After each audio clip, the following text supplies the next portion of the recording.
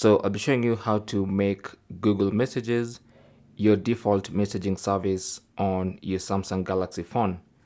Okay, now this will work on any Galaxy phone.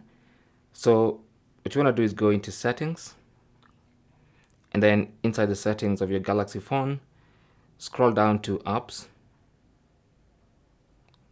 tap on apps, and then select choose default apps at the top there, and then go to the SMS app category, tap on that and choose messages. So this is Google Messages. Make sure you take note of the icon and select the proper icon. Now sometimes you might find that the Samsung Messages app has been set as your default SMS app, and even sometimes maybe another app like the Messenger app, weirdly enough. But to make Google Messages your default messaging app, make sure you tap on the correct icon. So that is Google Messages selected. Tap on it, and once you tap on it and enable it, it might take 1 or 2 steps. So let me just show you how it's going to be.